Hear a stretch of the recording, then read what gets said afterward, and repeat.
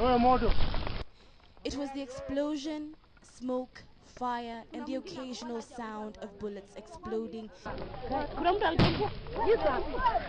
that led these locals to Ngong Hills. What they saw upon reaching the scene shook them to the core: a burning plane and 6 burning bodies. The few who made it here by the time the helicopter crashed at 8:30 a.m. did all they could to put out the sporadic fires. But they were too late to save anyone or anything. It was only an hour later that speculations began to surface, suggesting that those killed in the crash were senior government officials. It eventually emerged that indeed those killed were Internal Security Minister George Saitoti, his assistant Oro Ochode, Saitoti's 2 bodyguards, Sergeant Thomas Murimi and Inspector Joshua Tongai, as well as 2 pilots, Captain Lucy Gatwanja and Captain Luke Oyugi. The bodies of the 2 pilots were recovered next to the helicopter's engine, now completely destroyed by fire. The 2 bodyguards were only a few feet behind the pilots and one still strapped in the seat.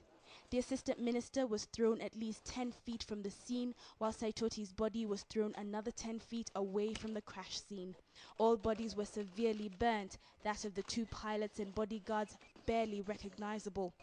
However, some pieces of clothing remained on the minister's body, and perhaps this is how officials could confirm his tragic death.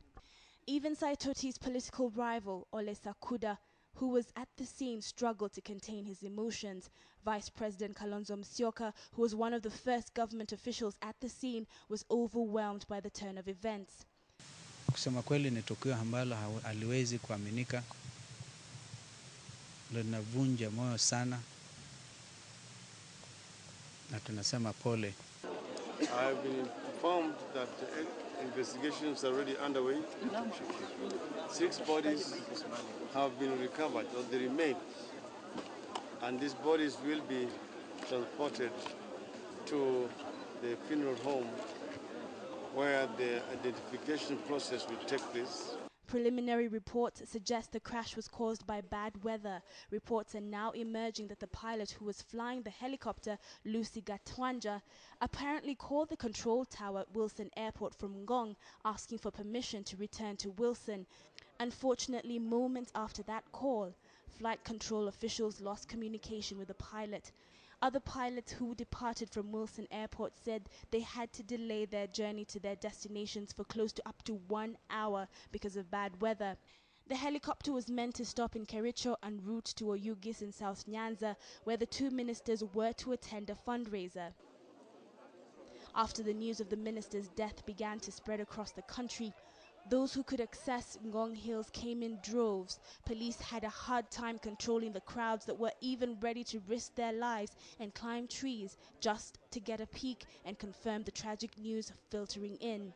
Personally, I've lost a colleague, 2 colleagues very, very close to me in the security sector, because, you know, as an assistant minister for defense, we do coordinate serious national security issues.